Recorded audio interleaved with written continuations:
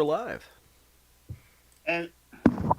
And this is the thing that John Brockman likes to do. I forgot to mute the YouTube tab too. So I heard the intro music. I didn't hear myself.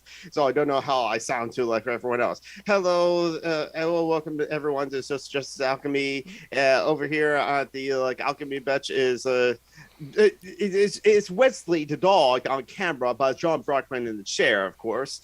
And then me, Summer Renegade. Yes, I am holding a microphone. I'm holding a Guitar Hero microphone. There's a story behind that. And I'll tell it later. And then we're also joined by... The story is that his regular mic isn't working, so he's using a Guitar Hero mic. There's not really a story there, Geek. Well, wait, what a way to spoil it. And so, but yes, basically that is the story. It's unfortunately going to have pay however much I want to buy a new microphone. Yes, yeah, this Yeti microphone is in the stage of Schrodinger microphone. It's in the stage of brick or not brick. Will it work? Will it not work? It mute itself all the entire time. You might just check and see if it's fully plugged in. No, it was fully plugged in. Okay, I didn't have time to Also, it's just it was coming off the mic stand you can see here on camera. But maybe I can try it. But I've been having problems before. Discord would it tell me just hey, you want to switch to this device, the webcam, which also has been acting up on me before, as we saw last stream where it just shut itself off, but it hasn't done that recently though. But I don't know, I'm having tech problems as well, and I still have not shared how this the SJA link. So I'm going to be busy doing that. Talk amongst yourselves. Talk to the live chat. Oh, I probably should give Dark the watch link so that he can share see the live chat. So yes. And while you're doing all that, let's go ahead and thank, let's see, Flora, the Fuckboys, Joe, Marty, Tim, Von Rec. I think that's everyone. I might have forgotten someone. Let's wait for the thing to scroll through. Joe, Tim, the Fuckboys. Yep. And okay, Flora. Yeah, that's it. Oh, and Ely. Ely, yes, exactly. Hey, you also take Joe, right? Yes. Okay, there we go. That's everyone. That's yes. Everyone. Rather than opening up Patreon, which would be sensible, I just watched the scroll. Yes, Joe, but Glory, spoilers. It's a doll story. Yes, I agree. Okay, I gotta mute my microphone so that you won't hear the tip-tap thing. And we're also joined by our other friend, Isaiah. Hello, Isaiah. Still connecting, and now we can hear you. Red Hot Chili Peppers said something about a fire. Was that you? I just glanced at. Okay. Hey Geek, I sent you I sent Geek a picture of that's the movie we're showing at Challenger next week. Oh yeah. Hold on. I'm also. Oh, nice. E.T. the 40th anniversary and an IMAX. So, okay. So, well, I don't get nostalgia that much. I don't know. It's because they're obviously bringing this movie back to for nostalgia purposes. Honestly. Oh yes, obviously. Yeah. I mean, yeah, that's the whole point of it. I mean, it was big in the 80s. It was big enough to have its own tie-in video game, which is that video game is just infamous for being it's not the worst video game ever. It is the worst video game ever. It destroyed the video game industry. All right. Well, it's like I like the 80s and the 90s, but would I want to go back and live there? Probably not. As an autistic black person, probably not. I mean, you probably don't want to live in the United States right now. There are no periods in time I would like to live in. Except for maybe Star Trek. I don't know. The late Bronze Age sounds like fun. But Star Trek isn't real, so. Oh, yeah. I wouldn't even want to live. I still need to share this around. I wouldn't even want to live in Africa, being autistic and black, and that's where black people are. No. I don't know. The Empire of Mali during its golden ages would have been nice. Could have been, but so no, I don't get nostalgia. I mean, especially 80s nostalgia.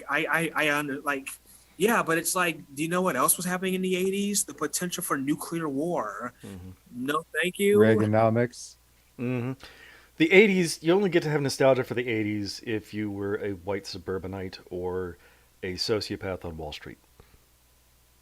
yeah. If you Which were a is black kind of the same thing. person, or if you were Jesse Gender, like no, it would suck. It would suck badly for people like us.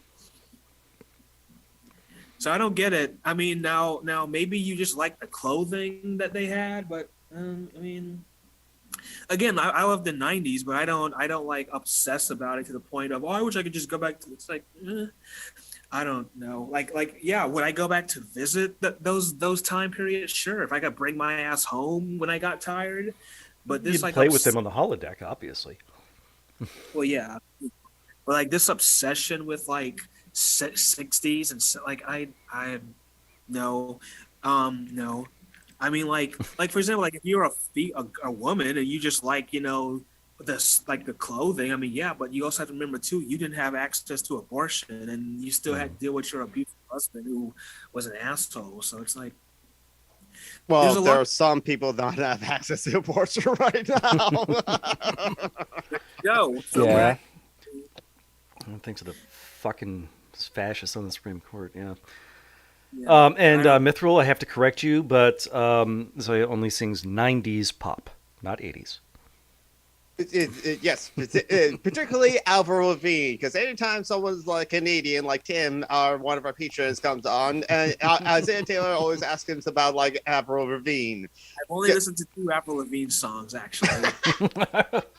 But you have like a quoted and Avril Lavigne song to Tim as well, and so she's Canadians. Well, That's The it. guy who designed E.T., the It's video one game. song she wrote about skateboarding. But, the guy who made the E.T. video game, he's actually proud of his work because he did it by himself in 6 weeks. So as bad as it sucked, yeah, that's pretty impressive. Yeah, honestly, it was like, and he was like an accomplished developer by the time already, because he did like Yaris Attacks, which was the first ever video game with a big on-screen like explosion. That's where, and from what I heard, for Atari 2600 games, it was a decent game. Even got like remakes later on in like the Xbox period, as it were. I think my favorite '80s movie. It's a toss-up between War Games and Wrath of Khan. No, actually, no. Scratch that. I actually like 2010, the year we made Contact, actually, and Wrath of Khan and War Games. So I got like 3 of my favorite. All Never those heard of three that one. are- It's Contact, the Jodie Foster one. That was Jodie Foster, right? Well, yeah, but I mean, 2010, what's called 2010, the year we made Contact. Oh, that one, the sequel to 2001. Yeah, I like 2010 better than 2001. 2001 is good if you're high. Oh, that one. Good. It's like if you're looking for like a story, which 2001 didn't really have.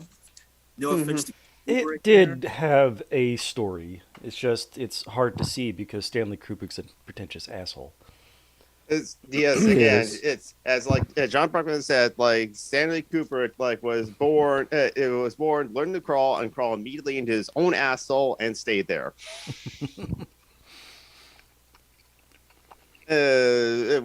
That's a good question, I guess. Almost in the dark. And hello, everyone. Hello, Tavi. Hello, Joe. Hello, Metro. Hello, Jordan P. I'm still sharing the link around to all the places, but I And finally figured out Ozma. how. And let's see, somebody else showed up, I think. Emily is here. If you too, say but Ozma I of can the talk Dark, I think of Elvira of the Dark, of the Night, Mistress of the Dark. And Joy Indigenous Heretics here as well. Okay, so I finally got to the point where it's just like, hey, just can copy and paste, so like I can like alternate between like one hand and another. I just have to like, and I can do this all without like much. So yeah. But I'm still like switching hands because I'm right-handed and the mouse is on the right side. Why am I telling you all this? I'm trying. Oh, but hey, we got a new guest. We got a new visitor. Hello, Dark. How you doing? And tell us about yourself, especially since you're new to like our audience, as it were. Oh, gosh. You're a Twitch streamer. I've included your Twitch stream link, or the channel to your the link to your channel in the description of the thing. Do you know So what- Amaranth? You talked to her before? She's a Twitch streamer. Oh, You're from Canada? Do you know Yes. Joe? Yes, John got it right. I'm a Twitch streamer. Sort of games I do mean, you a play? lot. Yeah, what games do you play on your Twitch stream, or what do you do on your Twitch No, stream? what are you playing now? To get it more specific, easier to answer. Right now, I'm playing Warcraft 2. Talk about nostalgia and classics. A much better balance But- than Warcraft 1. Yes, way better balance and easier too. Mhm. A little bit. But today I was going to play a different game than Warcraft 2. What are you thinking of playing? I was going to play The Wolf Among Us. Oh, yeah, that one. That's one of the Telltale games, and that was like quite interesting too. Oh, right. I played Dark's the first one of out- that. It was fun. It looks like if Daria had more emotion. Dark's out. Okay. The thing is, I guess this is open. The question is like sarcasm. Is that an emotion? Well, I preference geek on the idea of Daria being a Vulcan because Yes. Vulcans equally do not. Because I feel like Daria and Vulcans do not like human beings and how they act. Okay, yeah, Daria definitely does have that in common with like the Vulcans. Yes, Daria does not like other human beings. That's very true. Maybe, I don't blame her too. maybe she would be a friend of T'Pol from Yeah. Enterprise. But the Paul also had the problem that like the smell, humans had the smell, which they have not either corrected or like or gave like human beings a proper cologne and ointment or like perfume to like make themselves smell better to Vulcans. Well, it depends on what smell that is. Yeah, exactly. Or maybe they had to like light a match around humans. Yeah. That sort of works because of the sulfur just like masks one of the other like things that you smell in like a fart or in poop. Although to be fair, I don't think Daria would like Starfleet that much either. She would say, No, she wouldn't. No. "So we have to go around in uniforms and talk to people with green skin." I don't like people either much, honestly. Well, you're a Twitch streamer. That's kind of obligatory. Yeah. You make a lot of money on Twitch, Dark. No, I'm not affiliate yet. Okay. Yeah. Yes, in order, and for some people, it's like a challenge to like get to that point. Because you need to like stream 7 times in 30 days. You need to have 50 followers, but also within the last 30 days or within a 30-day period, you have to have like a concurrent viewer average of 3 people or more. And for some people, for me, it was like getting the followers. That was the last thing I needed. I was lucky in that like I was part of like a charity weekend thing. Taffy Wolf is like has helped set up, and then I got like big raids or big numbers doing that like weekend, as it were. Not only did like was like a decent number of people rated into me when it was my turn to stream. Case Explosions had to rate into me just because I was the next person in that charity weekend. That was like hey Radical Bacon, just got the notification what you missed. You missed the interesting story of why I'm holding a Guitar Hero microphone and not to have my Yeti microphone used. It's structured your microphone. A rather long explanation why. And Merkel just said it like that. A rather long explanation why is SMG is using Guitar Hero mic. You come on, think about me. How do I tell a story? I tell you all the backstory. I tell you all the lore. I tell you all the other side characters. I tell you a joke that's not part of it at all. But I just remember Look, at the geek, moment. you're just not Bob Saget. You cannot pull off a How I Met Your Mother. Oh, yeah. Bob Saget. He's no longer with us. Mm-hmm. He did some good jokes. So I will say that. Not he does some problematic jokes too, but it's like a problematic comedian. He's not the worst, but he's not the best. He never got in, as far as I could tell, he never had a Me Too story. He was never actually inappropriate. It's just that in order to be able to live with the taste like diabetes world of Full House, he had to. He felt pressured to be kind of dark and over the top off camera. Yeah, exactly. The cameo he did in like a half bake. He said like he said that he's a cock for coke, as it were, and yet that's the line that like people repeat to Bob Saget while he's out in public with his children. Hey, you're the guy that was a cock for coke.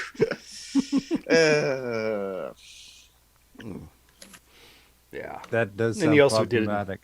There we go. Everywhere we is hot at your heart. I have a Yes, friend you are a actually- child of the '90s. We can tell by your shirt. I have a friend who's actually moving to San Francisco. She got a job out there. Nice. Because like she used to work where I work at now, and she got a job out in San Francisco. Mm-hmm. I was like, Wonder how she'll enjoy California. I was like Ice Cube and Chris Rock. Damn. Oh, It's, God. I've never seen Friday. I know of it. I just know some lines and some of the memes. It's I'm a fun black and movie. It's not aged incredibly well with the way it does some things, but it's a I would fun say movie. I'm black, and I've only seen it like 3 times. Oh, you've seen it three more times than me. So yeah, but then again, like you said, you're black. So yeah. It's kind of like what white people have to see The Sound of Music. I still have never seen The Sound of Music. I know the Hills Are Alive with The Sound of Music, though, and like Christopher Plummer rips off a Nazi flag, but like, What is the whitest movie that white people would have to see to get their white card? White Christmas. Let's see. I think it's Home Alone. Oh, Home Alone would be a good one. Yes. Let's go. I mean, like for like the old days. Oh no, that'll be Birth of the Nation. Oh no, it's the one that is showing Christmas every year on TBS with the little kid Ralphie. It's a Wonderful Life. No, a Christmas Christmas A story. Christmas yeah. story. Yeah. He wants a Red Ranger BB gun. Mary Poppins. If you're white, you have to see Mary Poppins. The British still have not forgiven us for Dick Van Dyke's terrible Cockney accent in this The movie. British. They'll never forgive us for that. I don't blame them, honestly. I mean, I attempted like a Welsh accent, trying to like imitate how like a woman in the movie Pride like sounded like, and Mithral just like oh no, Joe McGlory does a perfectly white movies there, Crash and The Blind Side and Green Book. Oh God! Don't bring up The Blind Side. Oh, I did an entire like Oh, The Help too. a late seating podcast. People are the worst. Blind Side. I had so much for that. So, Dark, the Late Seating is a podcast that our friend, the last week's guest, Steve Shives, is a co-host on. And they just like to take movies that are at least 10 years old and regarded as classics and give them a fresh look and see if they hold up, are they still good, and make fun of the movie throughout the whole thing. Whether or not they actually really enjoyed the movie, like the First Land, like the 1927 classic Metropolis, or if they absolutely hated the movie, like 300. 300. I like that idea. That movie was What actually. is it with white people making movies about white people saving black people? White guilt, I That's a guess. good black question. person I could probably answer. Yeah. I said you're a regional black person. Please tell us white people, Please explain why white is it? people to us. I think what happens is that whether it's sincere or not, I think that there's a lot of white people, since you guys do live among us, who have to figure out why they have to because they're constantly reminded that they're always racist for not doing anything to help anyone, to help anybody. So they'll do these like little small gestures of like gratitude, even though it's completely half-assed and it's completely the opposite, to make themselves feel good. Yes, But the problem is that it doesn't go far enough, and it doesn't even scratch the surface. It's just Ooh, Teddy. okay, I felt good for myself, and or inequality and stuff like that. it's a multi-pronged, it's multi-pronged with a lot of effort that takes a lot of time to undo.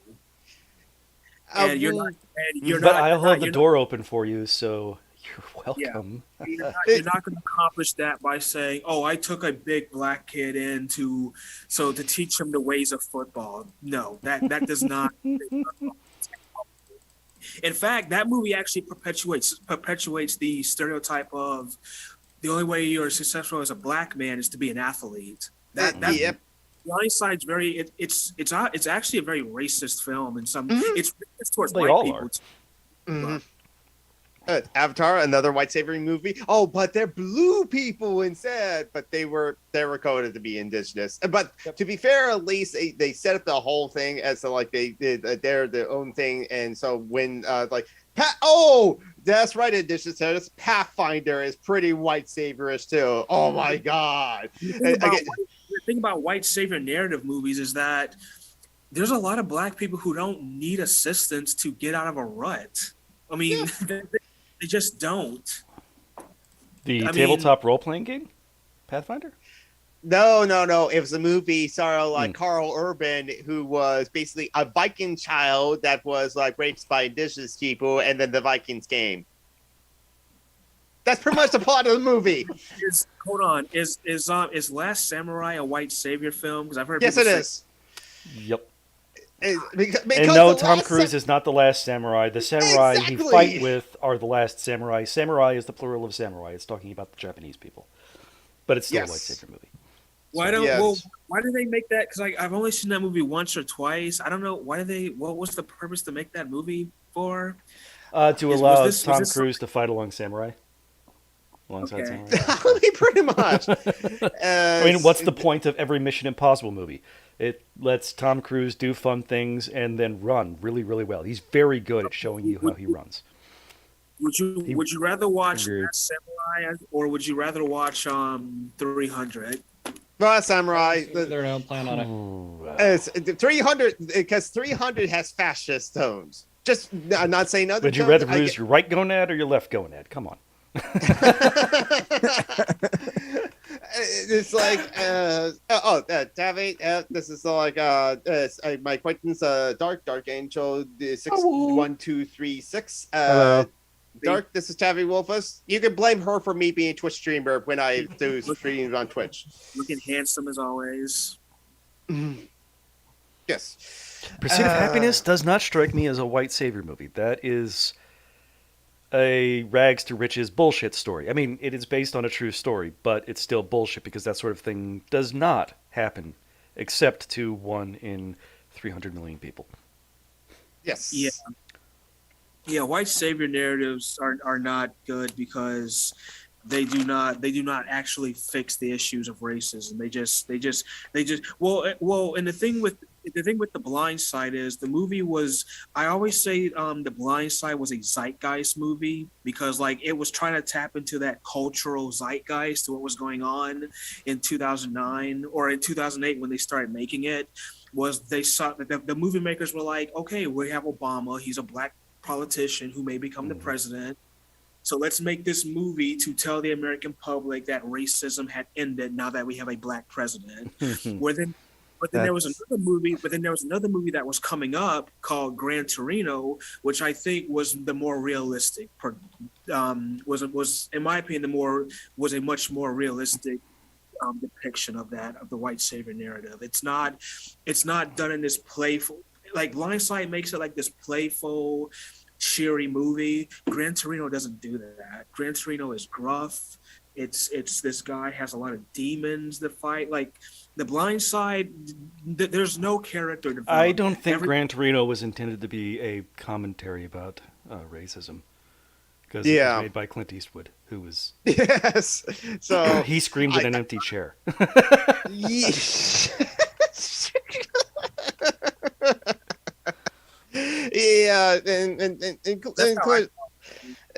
Yeah, and so I did enjoy Gran Turismo. So if you like Clint Eastwood, Gran Torino. Gran Turismo is a game.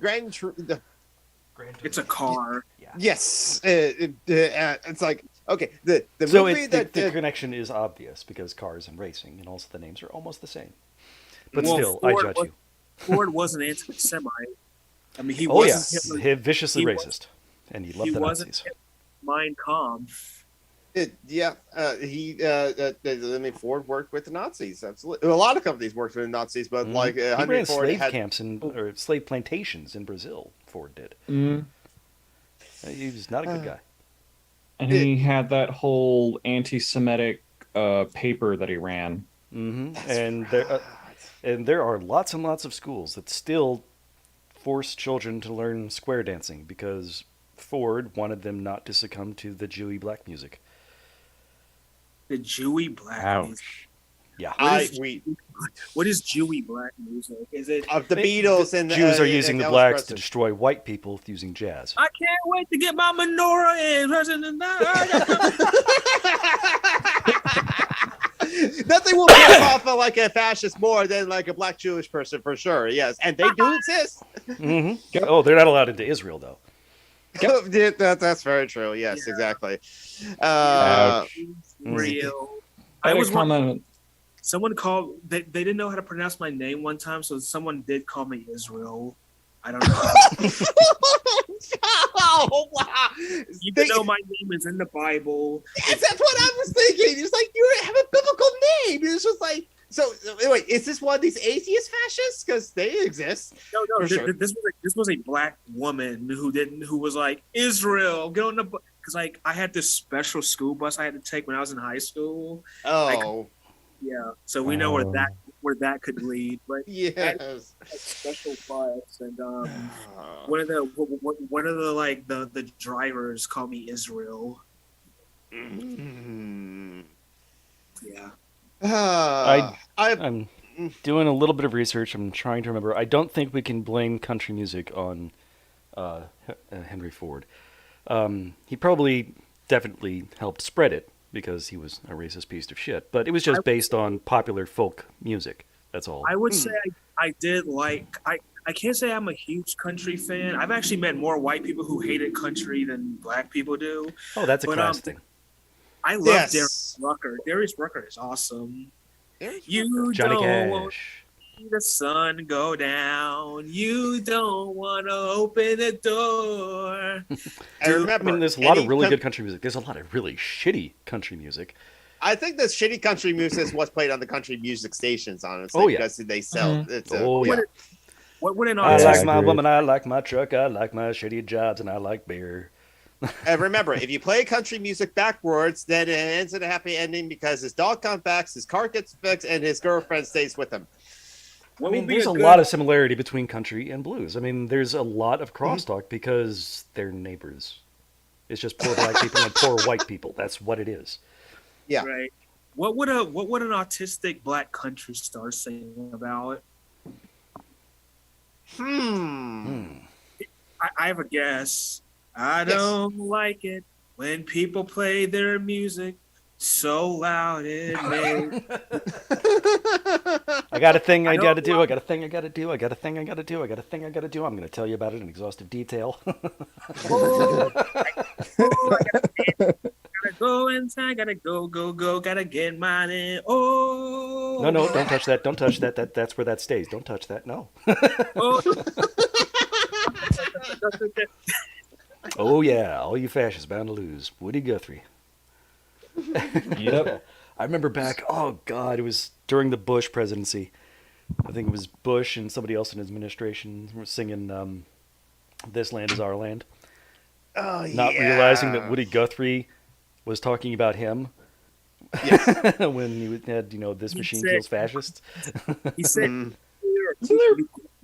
More verses to that song, and people drop them because they're critical of the U.S.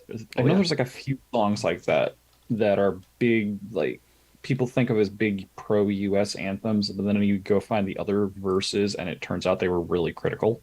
I mean, Fortunate Son is that's what people will play that at like Trump rallies, but they don't really know Sun memes. Or like the Guess Who's American Woman, as it were. If you're not paying attention to the lyrics, you probably don't realize that like the Guess Who, the Canadian band, are critical of like American imperialism, as it were. In fact, actually, the Muppets did like a video of this with Sam DeEco singing to a American Woman, "Get away from me!" Wait, what? Wait, oh, this is not a very patriotic song. Who wrote this song? It's the Guess Who, Sam. They're a Canadian band. Oh, okay. Canadian. This Land Is Your Land is not as openly critical of the U.S. as It's not that one I'm most thinking of. of Woody Guthrie's songs. You're probably thinking of the Bruce Springsteen song. Yeah, Born in more the USA. There we go. Toby Keith's, what's that? It's something about angry American, courtesy of the red, white, and blue. Have you guys heard of that song? Toby Keith? I don't listen to him. And Yeah, He sounds he familiar. made it like right after 9/11. It's like American girls, American guys, they laugh at all I don't know the rest of the song. Oh, courtesy of the red, white, and blue. I thought you said curse of the red, white, and blue. Okay.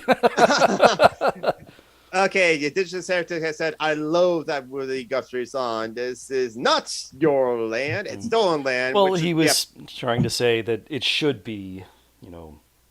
I can make patriotic autistic country songs. Autistic boys and my autistic girls, we lay our heads down on our pillows for the world to be our friends, but they say no. Keep on going, baby.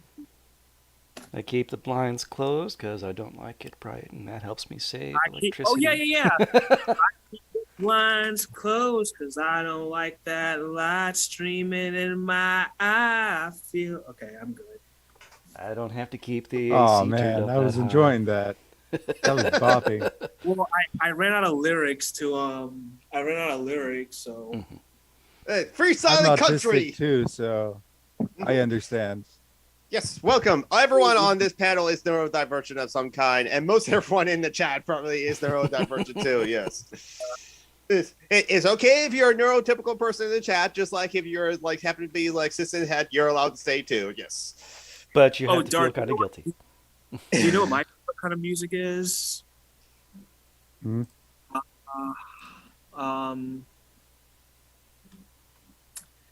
Because I pay paradise and I put up a parking lot. Yeah, I Oh, pay it's been paradise. covered a lot. I think that was originally what's her name? 60s singer, died of a drug overdose. Dennis Joplin. Yep. I think it was actually more 60s specifically singer who died of a drug overdose is not narrowing it down. Mama Cat says, but it was not a ham sandwich. The ham, she happened to be eating a ham sandwich when she had a heart attack. Although to be fair though, when I'm like really in a drunken mood, I start to sing Beyonce sometimes.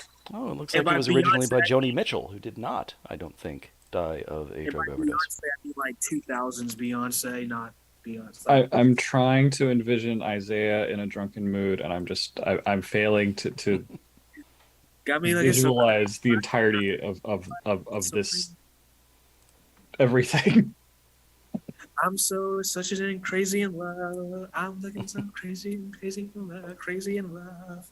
You can take my kids, you can take my car, but you can't take my dog. You picturing Isaiah? I guess I'm just not cool enough for that. No, it's fine. And yeah, the people were thinking about like, Stain, Aaron Lewis. I did like Stain back when I was in my early 20s or in high school. Yeah, that's about the time that like it's been a while. That's their biggest song that like got mainstream attention. It wasn't even on top 40 as it were. That's when like that song was big. I like some of their Have you music, guys but- heard me sing the medieval version of Fortunate Son?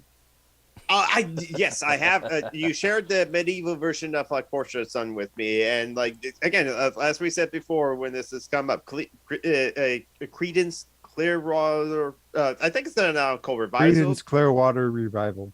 Revival, yes. CCR. No, they're a solid band. They have a lot of good songs. It's like, have you ever seen The Rain? There's a bad moon on the rise. I think No, they do. no.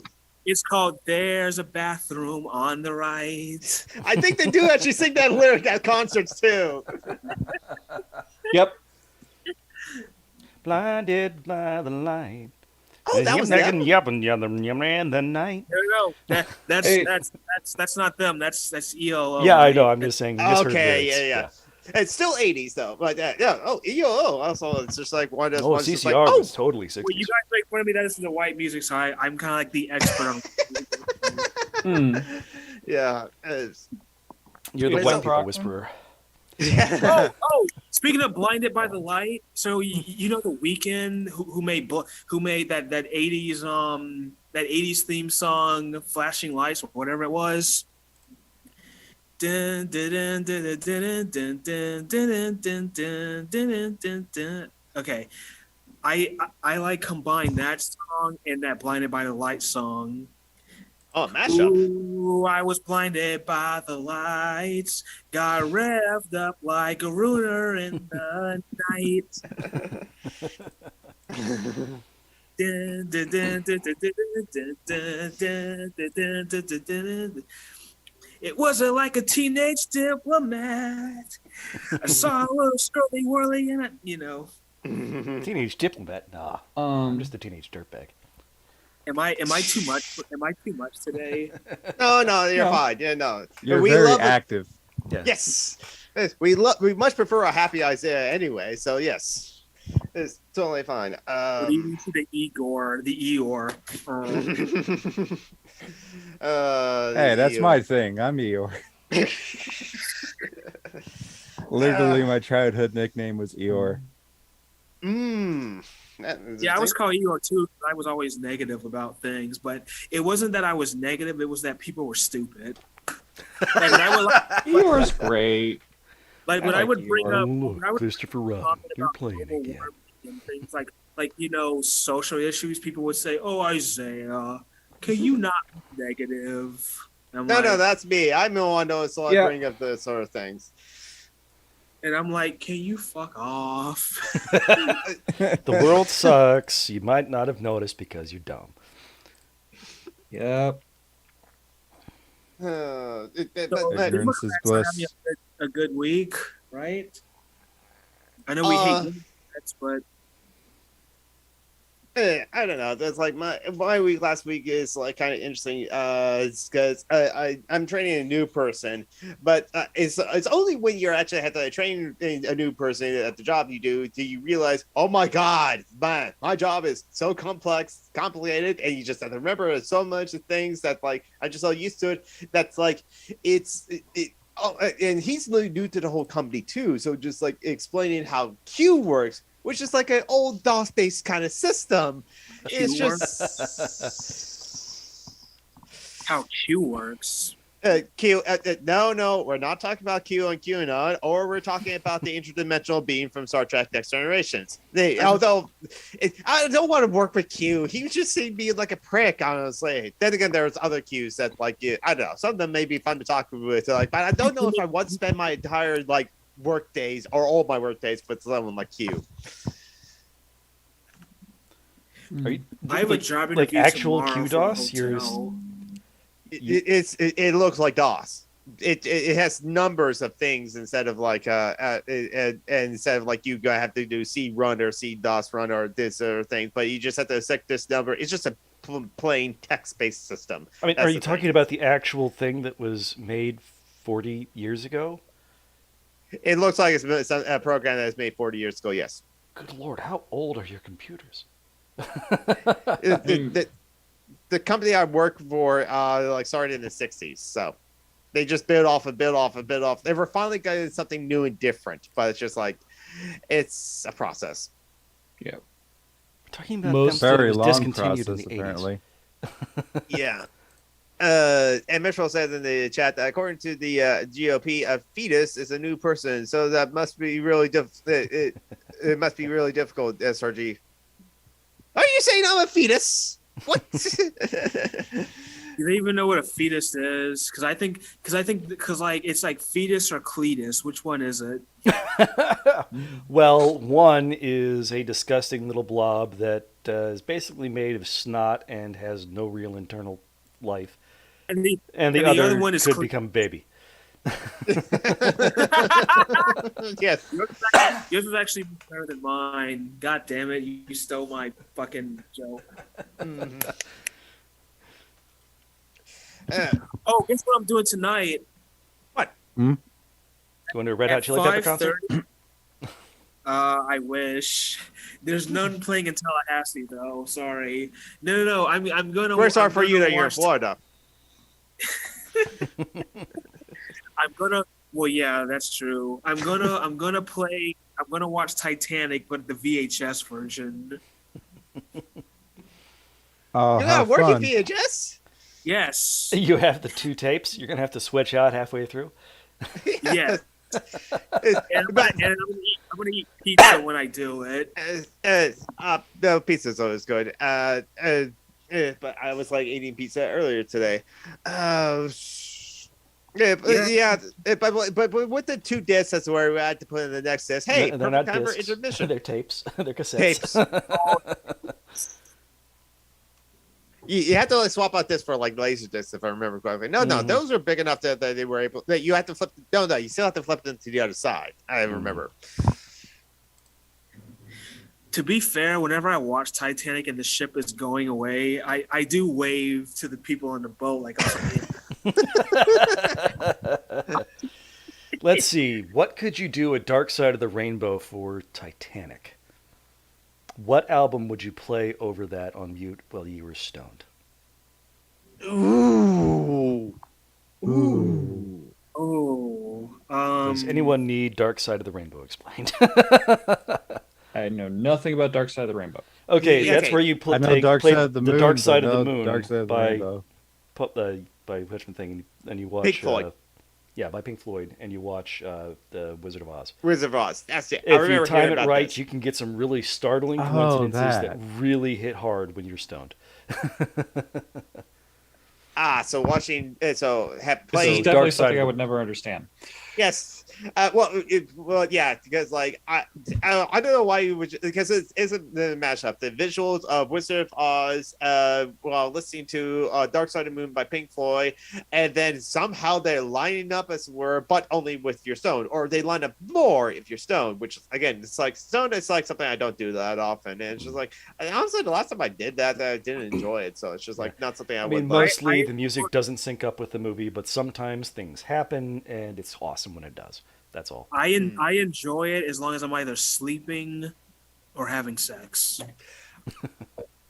Okay. I don't know where to go from there.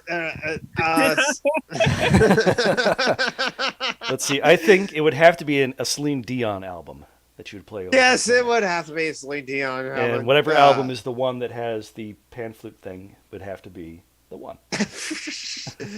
What about Cher? Do you believe in life after death? Oh my god. that song would be perfect if you could get it to play at the end of the movie. Yes. There's the final scenes of Titanic, and just like play "Do You Believe in Love After Love?" Yes. Let's see. Somehow Cher I think album. I think that song is too technical for that kind of a movie. Probably, but Yeah, it's fun. like, I mean, unless like Titanic had like a discotheque in there or something. I mean, sometimes it's okay for like historical inaccuracies in some ways. So look at Knight's Tale. And Knight's Tale takes place in medieval like England with like jousting tournaments, but they were playing like Low Rider and like Queen in the soundtrack. I can sometimes like actually mimic Cher's auto tune. Do you want me to like give you a sample? Are we able to stop you? Go ahead. It's so Oh. sad that you're leaving. It takes love that you, 'cause after all is said and done, you're gonna be the lonely one. Oh, Okay, you'd have to do some weird jerry rigging to get "Do You Believe in Life After Love" to play over the final scenes because it's the first song in the album. It's 44 minutes total. It doesn't quite line up. Or you can just play like a segment of it, just say, "I don't need you anymore. No, I don't need you anymore." You know, like, cause like when they're on, like, yeah, when Rose is on the Carpathia and we see Billy Zane walking by, we can just have that playing in the background. And then he totally karate kicks the kid from New Jersey. Yeah, Billy Jane played Johnny Lawrence from the Cobra Kai Dojo. That's why he's always the villain in every movie. Right. I heard a mashup. So Eric Clapton's Cocaine with Michael Jackson's Billie Jean, and I just thought Billie Jean is not my dealer. I don't care anymore. Dude, I'm such a comedy. That's why I was like I was like weird when I asked Steve Shives on like his Ask Away. He's like, am I very performative? Because I sometimes don't think I am, but apparently I'm wrong today. Apparently. Oh yeah. So you asked like C Shives on the That's Way last Friday, like being performed, and that's something that like I kind of struggled with. But for me, I've already been on stage in like a High School Musical, done drama throughout like high school, and so I kind of already got used to it. But that's something that like to be performative. In fact, one of my classmates in drama class was like told to take a drama class because she wanted to be a disc jockey, a radio host, a radio DJ, as it were. But since in that kind of job, you do have to be performing this word, you're performing a role as like the DJ, as where, hey, welcome to KSW 99.9. How's everyone doing? It's the Rock of Seattle, and next up we got some like Blink-182 and some like Green Day, and hopefully everyone's doing good on this like drive time afternoon. And now next up it's some Metallica. I can do a stereotypical black guy like radio announcer. I'd be like, yo, this is DJ Tyrone Magnus on Blaze at 102.3 Tallahassee, Florida. Yes, musical entertainment is always part of the show, as I is obsessed. That's a good yes. Hey, Fun Rock, you made it. You made it before the stream ends. It's a musical. Yes, musical entertainment is always part of the show. This is also a stream of consciousness kind of like program too. It's just like we're just all hanging out. Like I didn't even prep anything for this week, and so that's why it's like, you know, Dark has to come on to the show, and I even asked Dark, it's like, do you have any topics you want to share or talk about? And you're just like, no, I just want to hang out. It's like, yeah, basically, Geek derailed the show the first time he came on because all we did was talk about RoboCop. Although to be fair, yes. I do want to bring the country together. I know we're really divided as a country, but I do want to bring us together. So what I decided to do was make a song from take a Green Day song and turn it into like a social and make like a social, not social justice song, but a song that comments on social injustice. So I would say, yeah, that's not going to bring the country together. Republicans would hate you because you're black. Well, it wouldn't matter about the song. True. Wake me up when democracy ends. So now, the thing with that is like a bunch of anarchists and leftists would actually take that one way. Yes. And a bunch of conservatives, by conservatives I mean fascists, would take that a very different way. Yes. I mean, I still find some people who I don't know, they may be moderates, but like they think like, hey, maybe we should like stop giving democracy a chance. It seems that doesn't work out. That's the word. I'm not happy with the results. Is basically as asked my mom why I couldn't vote. She said the country was gone. I was scared. I went to my room and I wanted to cry. Hey now, we're not rock stars. We don't have no game. Hey. Isaiah is on fire today. Everything. You know, Joe, I kind of want to make a meme. Cops when there's, you know, a shooter in the building, showing them cowering outside. Cops when there's a black kid in the building, showing a picture of a cop actually body slamming a black, like 12-year-old. And they're very common. Oh yeah. School Unfortunately. It's yes, that's right. There was like a whole article about that I need to read up on to discuss. it's just like, yeah, it's like one of the first steps to like the school to prison pipeline, because they don't put police officers in the hoity-toity like rich people schools and like those high upper middle class. Nope, it's only in the poor like in neighborhoods, and it's just like there was even like a video of I say if like a police officer arresting a 8-year-old, it's a white boy, but still a 8-year-old, and the cop is Well, saying it's like, occasionally white people do get caught up in the systems meant to enslave black people. yes. One of the things that transformed black slavery in the early 20th century here in the U.S. was because a white guy, he was hiking through the South, got picked up and enslaved and put on a chain gang.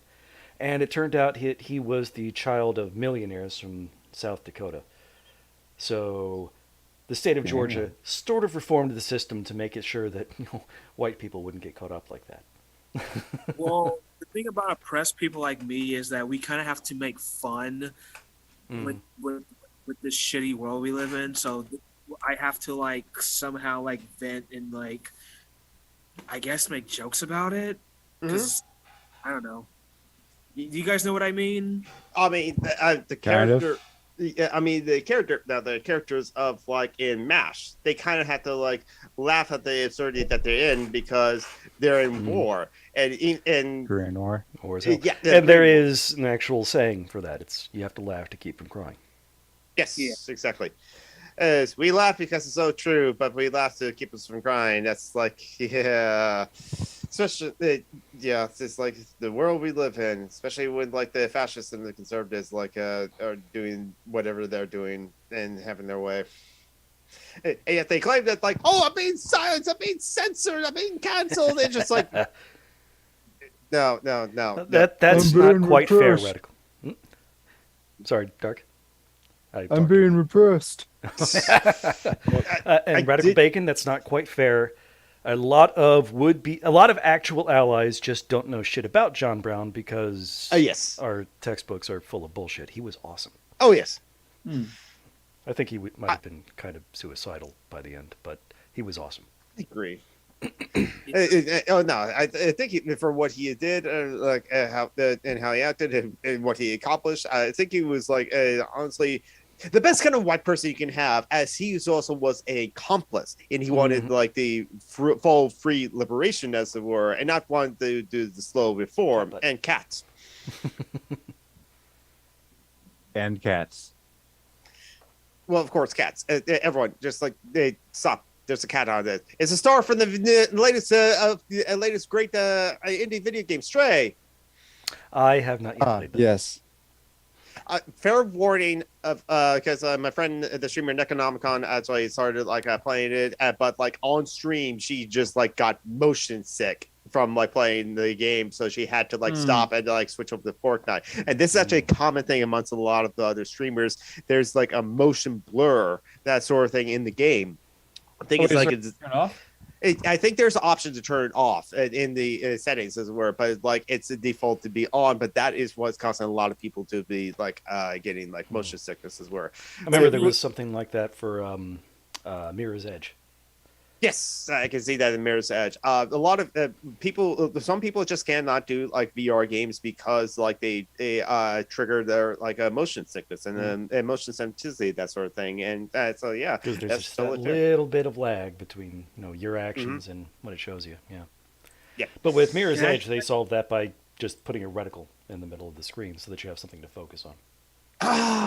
That makes sense, and that radical helps anyway, because in Mirror's Edge you can pick up guns and start shooting them too. But like I managed to beat that game without ever using a gun and got that achievement. Is one of the most difficult challenges, because sometimes you get in the flow and it really works, but sometimes you don't.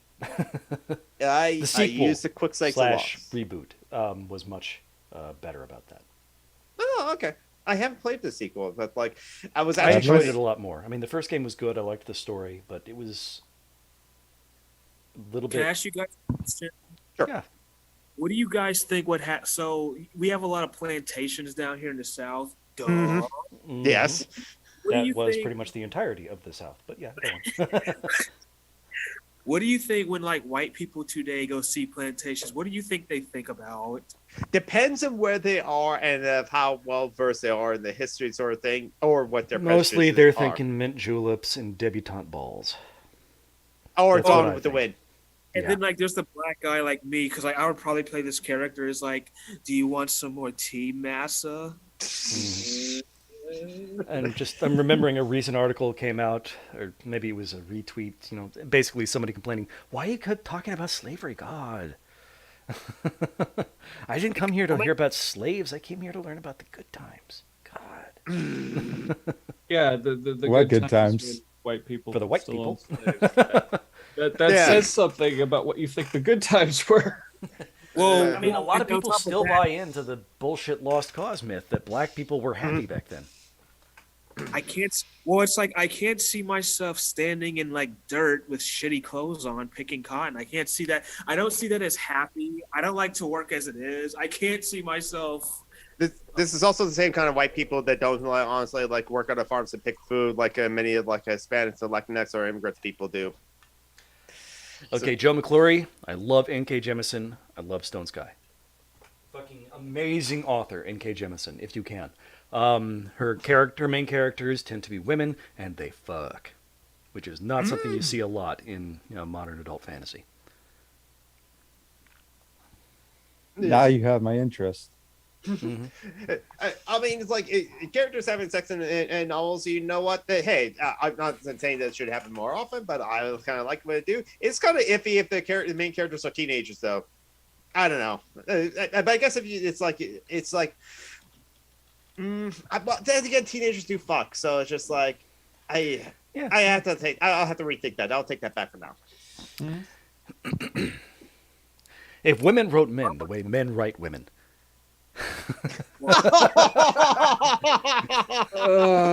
This is a McSweeney article by Meg Ellison. I love it. There is a particular look about a teenage boy that lets you know what kind of man he'll be. A certain fullness of lips, a frank sensuality in his gaze. We all know what the word for that is, but it's not polite to use it until he's proven he's that kind of boy.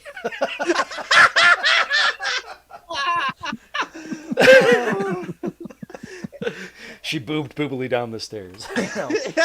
As he walked into the room, he was suddenly very aware of his testicles. God. Sometimes I'm aware too, but that's because I have an itch or I'm in the uncomfortable position right now. Have to arrange myself, as it were, just excuse myself into the bathroom and just like fix something. Brett Yes, pulled his I'm tank aware, I top have up over his testicles. head and stared at himself in the full-length mirror. He pushed down his jeans, then his boxers, and imagined the moment when Jennifer saw him nude for the first time. His feet were average-sized. God damn. Oh God. I mean, like, there's nothing wrong with the size. It's how you use it. I mean, we're missing one other point of. I'm going to rephrase this into what if men were objectified as much in writing as women? Black men are. Oh, definitely. Oh yeah. Oh, dude, I can say. A few weeks back, Fake to Signifier and I think T1J both did videos about Well, black who are we? objectification. Who are we writing this? Like, if we're objectifying the character, who are we Who is the objectifier? Usually, yeah. white men. So, yeah, usually white men, whether gay or straight. Yeah, usually white men. Because even if they're straight, it's all because of like they just like eroticize this kind of like their insecurities about things. Mm-hmm. So, how And would, prejudices. how would a white guy objectify me? I saw her. Well, I walk mean, into falling the back on barn- white supremacist stereotypes, you would be aggressive and aggressively sexual, hypermasculine. That's what cuck Well, porn I'm is. not a hypopath. You will become. No, no, you will become. they the wouldn't write you hypermasculine as a if they real person. objectify They you. would write you as the object that they want in their fantasy. So that either they can play into their humiliation fantasy of being cucked, or they can play into their own masculine domination fantasy of beating you to the woman. Okay. To prove that Well, I they're was such a thinking of a good more- white man, they were able to beat you. I was thinking of a more positive one, but I guess I don't have one. What came to my mind was I forget the name of the comedians, but they did a skit at one point where it's like two of the characters were two black sports commentators, and then one of them was a very white sports commentator. Sounds like a key. And the two black sports commentators were kind of confronting him about, hey, you ever notice that you have a very different way about talking about black football players from when you talk about white football players, and showing up, different, football players who are both black and white on the screen, and having the white guy comment, and he's always commenting about how intelligent and skilled and Wow, it is Key and experienced, Peele. etc. the white men are, and then he's always describing the black people as, oh, this. I kind of don't want to do some of the things they said, because it's like, this they were black calling person, out the fucking. he can run so fast, and he's really highly built, like something like that. Well, I mean, Yeah. the thing is, that is actually literally true. Yeah. Part of the evidence, there was a recent lawsuit about a black coach in the NFL, like the only one, after he was fired from the Dolphins for being good at his job. Because the owner wanted to run the team down so that he could get top picks for a little while. But yeah, in the lawsuit, they introduced, all sorts of shit, like scouting reports about white players versus black players, wildly different. I wanna play football. No, I wanna run track. So as a black person, I could learn how to outrun a police bullet. I'm sure there's like from white people, like mentioned that about black people, why they're so good at running. Oh no, it's not a Key and Peele sketch. It's a different one. So I can actually do what Foster's and the people actually say: outrun a bullet. Yeah, exactly. Oh yeah, And you're that's allowed to awesome. do that now. Massachusetts court said that it's reasonable for black people to run from the cop no matter what. Mm-hmm. No longer a sign of guilt. You're no longer allowed to murder them. I don't know. Do you guys think I take racism seriously? Yeah. Yes, Okay. Yeah. you're faced with it. You're And again, like you have to laugh to keep from crying, so black humor is entirely appropriate. Mhm. I mean, dark humor. I mean, Black God, humor. I'm sorry. I didn't mean it that way. For you. Well, I'm about to go, guys, but it was nice. It was nice shooting the shit with you and being stupid. Of course, absolutely. And we just happen to also be broadcasting this to YouTube, who like an audience of like 10 people. Thank you for watching. Take care, Isaiah. Your Thanks singing for was watching. great. Yeah, it's Bye, good Tab. hanging out with you, Zai. Yeah. I'll see. I don't know if I'll see you guys next week because I'm sure we're gonna have a fuck ton of people here for ET. I might. Oh yeah. I'll probably be able to be for like maybe 20 or 30 minutes. Then I have to go. Okay. Yeah. Sure. Yeah. All right. Wish me luck on this job interview tomorrow, guys. Good luck. Good luck. It's not a video production job. I guess it's a better job than the hospital, I guess. So. Yeah. Yeah. Well, good luck And on remember, getting your it. friend who got a job in San Francisco, go ahead and sing her Californication.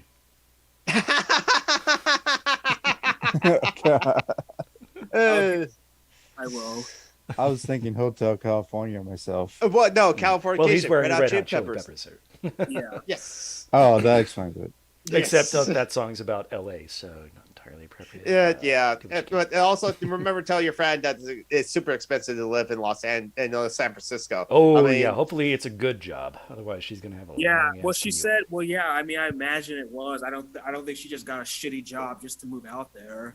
Well, especially since she's moving, since like the housing prices are terrible in like San Francisco, and it's heavily gentrified, and there's like 5 times as many like empty homes in San Francisco as there are homeless people in San Francisco. So it's like, yeah, Is it any better in Seattle where you're from, Geek? And Seattle's heavily gentrified too. I mean, like, I don't know how many years ago it was, but like 5 years ago, my rent went up by like $200 a month, and so yeah, again, Microsoft and like Amazon keeps on building new high rises. Keep on building up in Seattle, and it's just like, and this is, and you can go ahead and go, Isaiah.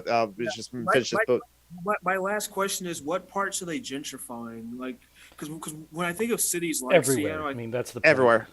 I think of like like are they gentrifying like the grunge stuff? They are But- actually. Anywhere It's where downtown. it's cheap to live becomes gentrified in an expanding with an expanding population. It's like here in Yes. Greenville. It used to be, a poor small town. Now it's becoming a bigger city, and everything is expensive. It's been like that since like I've been here. Since I've been noticing it, and other people like my drama teacher even mentioned how like the suburb that I lived in, which is actually not far from where I'm living now, but like that suburb was like its population was increasing, that traffic was increasing as it is, and that's just because the city was growing and it's like still growing on, unfortunately. To be fair, as someone who lives in a black community, black people like they don't like gentrification, but to be fair, but like, but I don't like. But there's also like a part of them that are okay with it as long as they get money out of it.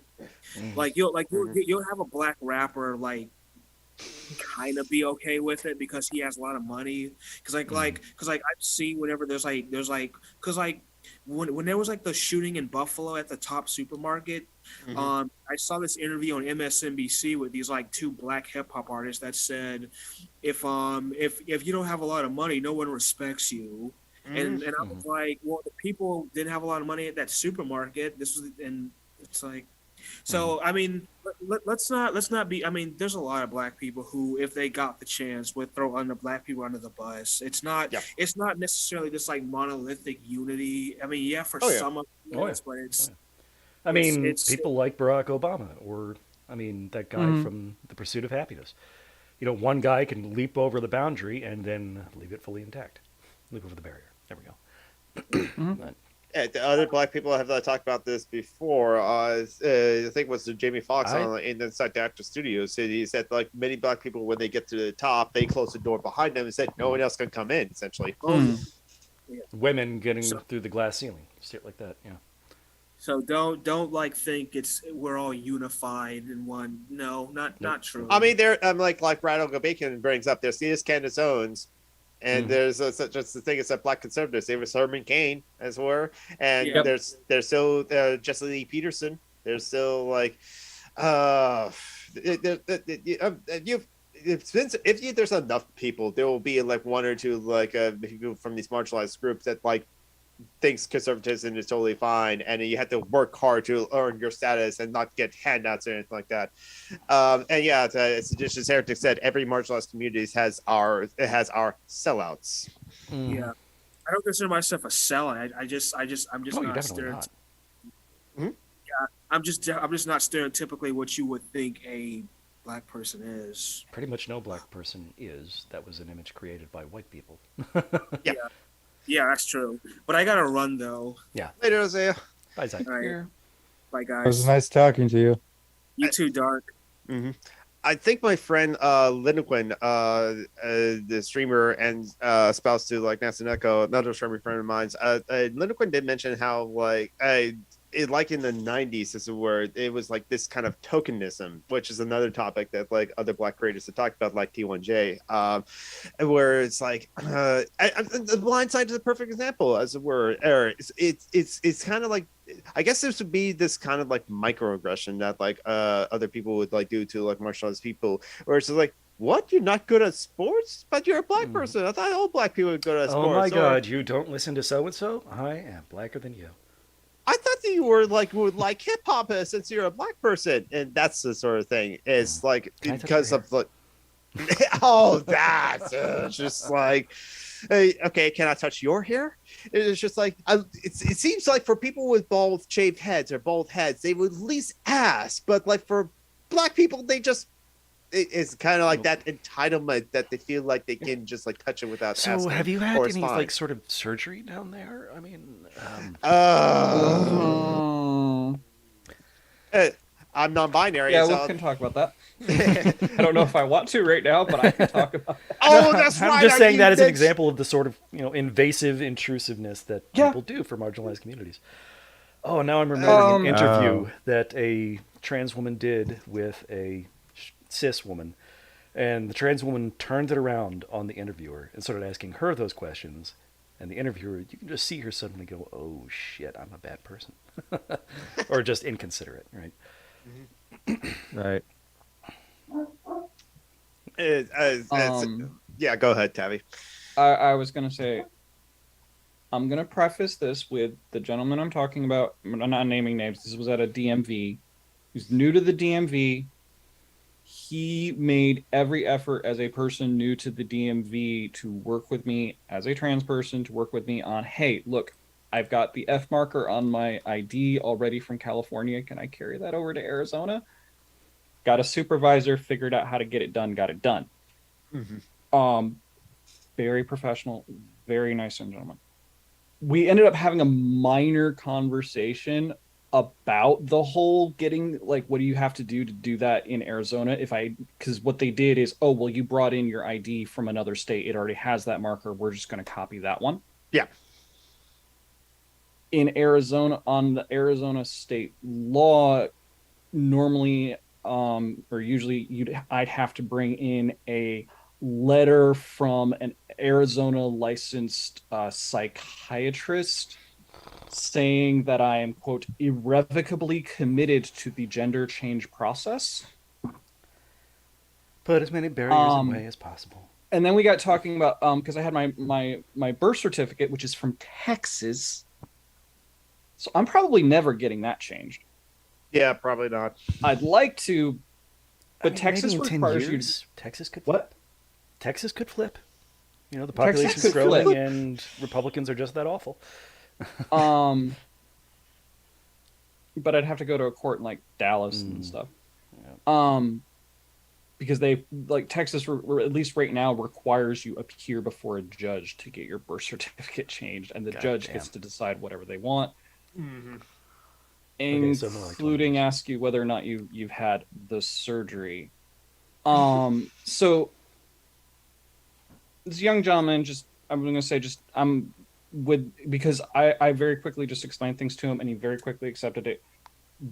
Wasn't very well educated on things, but we were discussing, like, well, it's like, are you able to get the birth certificate changed? And I'm like, and then that impression that a lot of cis people have that getting the surgery is easy Or even necessary. Yeah. Oh, come on, just go in for half an hour. It's just like, have you tried to like find out how to like get like a new belly button, as it were, or how to get like a new butthole? Well, I mean, it's okay, and then part of this To have is, your penis split and inverted. Oh, okay. I know something about people who do stuff like that, but I don't have the information in front of me, and I'm not sure about talking No, about I was that. just quoting what's her name from Orange is the New Oh, no. Oh, I thought you were talking about body mod community. That's a completely different thing from trans stuff. Yeah, that is. Sorry, yeah, my brain went to something else that I know from completely different community that's do completely different things for completely different reasons. Yes, exactly.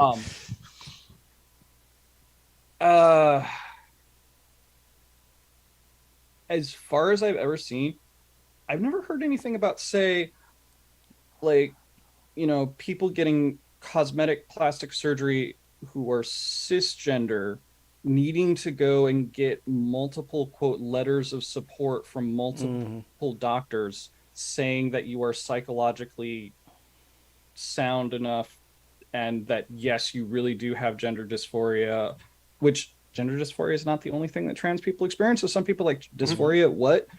And not all trans people experience it. Yeah.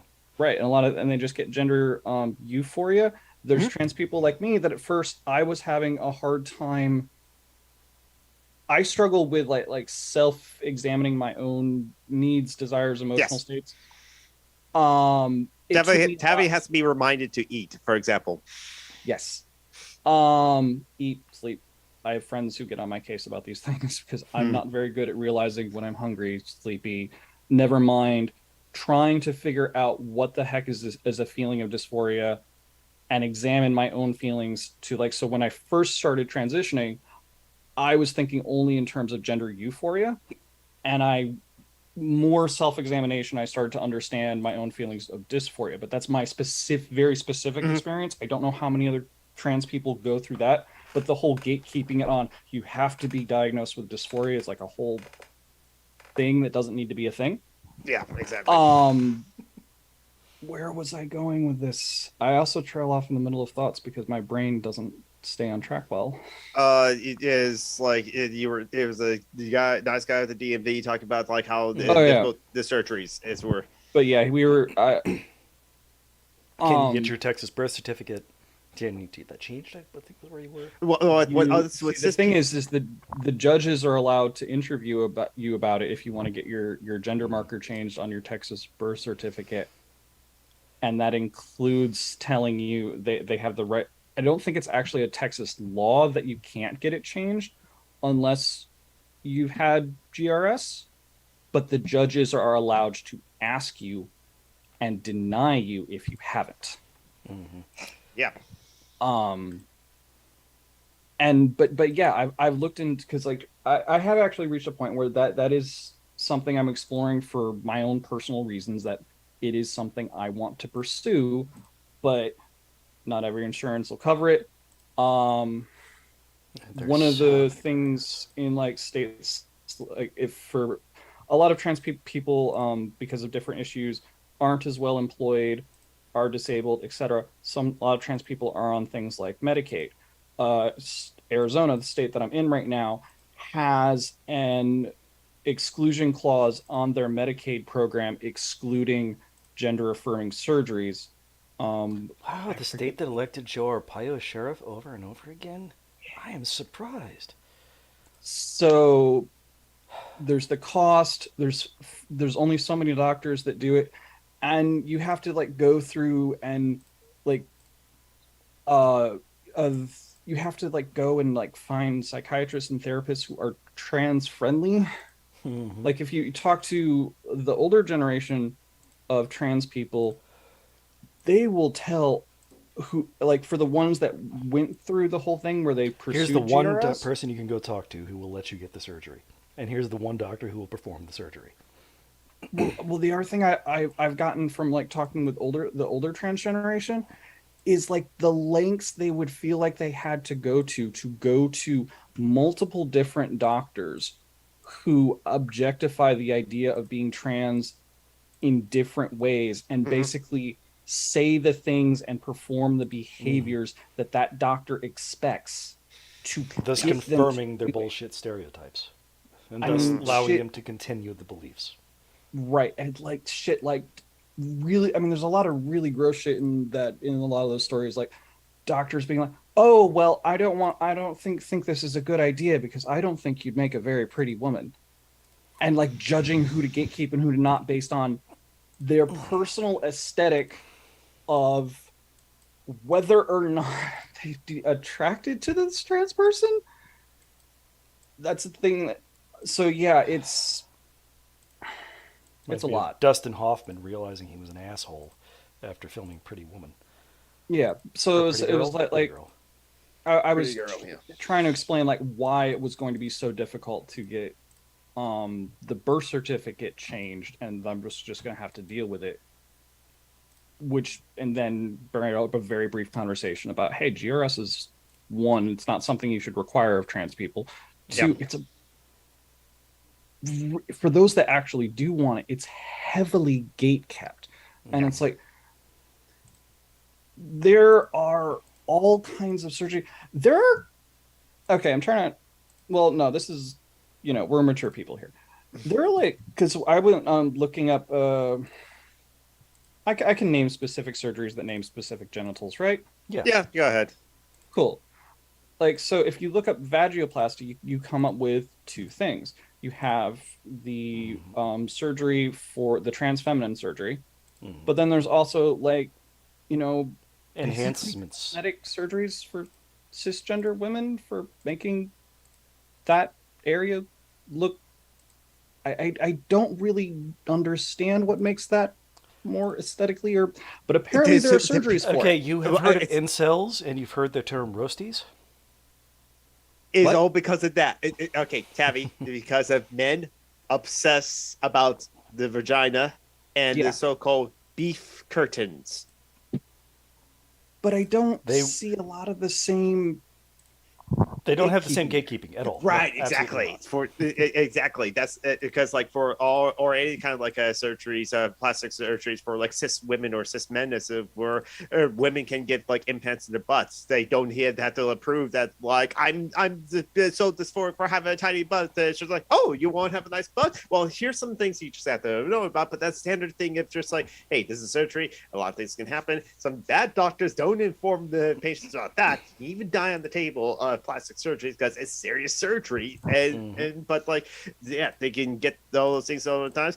Breast reduction is actually the most common of the plastic surgery because like honestly for women it's too big, and you know that's fine. It's just like if we only have boob communism for not only for trans men to so finally that people get rid could of their Venmo boobs. each other titties. Yeah. Yes, so Venmo to titties, like boob communism, and the trans men or the cis women or the non-binary folks that it's too big for them, just like cut off a piece of it or just like reduce them as it were, and that can go over to like trans women or trans femme people who want to like it is euphoric to have a nice sizable chest, not necessarily a big one because it's just a nice sizable one. It's just like it's there. And meanwhile, you have some cishet white guy living in Las Vegas who, on a bet, he lost a bet and had to get fake tits. And nobody stopped him from doing that. Yes, this is a true story. Friday. I can totally believe that men could definitely like make bets like that and go through with it. I'm just processing my feelings on that, and I'm fairly certain a lot of it is anger, but I don't feel like I'm going to be done processing how I feel about that until several hours after this podcast. Brian Zimmerman. That's a lot. His most famous wager was in 1996 when he agreed to receive breast implants and keep them for 1 year in return for $100,000. Wow, is $100,000 worth it for that much? It's like The year passed and he won the bet, but he became accustomed to the breasts and did not have them removed. there you go, men can have breasts, and he can be still a cis man, absolutely, and be a cis man with breasts because he had the surgery. And fun enough, I have thought about like, what if I grow tits? Because it wasn't until like this past year. Wait a minute, recreational HRT? You can just recreationally take HRT? I mean, so that Recreational I titty like, skills. yes, exactly. Why not? And because I have thought about it before, and maybe something to look into. And like, Transwood has like heard that comment as it were. I just said it as a comment. It wasn't even a question. But Tristan Johnson like said to Zerazad of the not the other Zerazad, but the Zerazad who like does the YouTube channel. Oh, let's talk about stuff. She's a trans woman, but like she has said like you will know instantly once you start taking like HRT if this is for you or not, or something like that, because you will definitely like feel it. It'll be either very exhilarating, very euphoric, or be very like unsettling, very dysphoric as well. The mental effects hit first, and they hit hard. Yeah, I've also have said that like I have. Because my love is Sailor Moon, as it were, I have Sailor Moon socks, but some of the socks are like women's socks, and so like my feet are just one size too big for those socks, so I tear through them. Unfortunately, I have thought it turns out not true, but I have thought if I am on HRT, could it shrink my feet? Not the worst reason to take HRT, but like still. I've heard different things from different trans women. I've heard that the feet shrinking with HRT is a myth. I've also run into trans women who's like, oh no, it does seem like my shoe size has gone down. I mean, I It's could see not it a if you lost a drastic little bit thing. of muscle mass, maybe. I'm starting to be able to find. That's one of the things that There's a lot I don't know. particularly trans women run into that I think actually a lot of cis women run into. I knew my ex-wife struggled with it a lot because she needed wider shoes.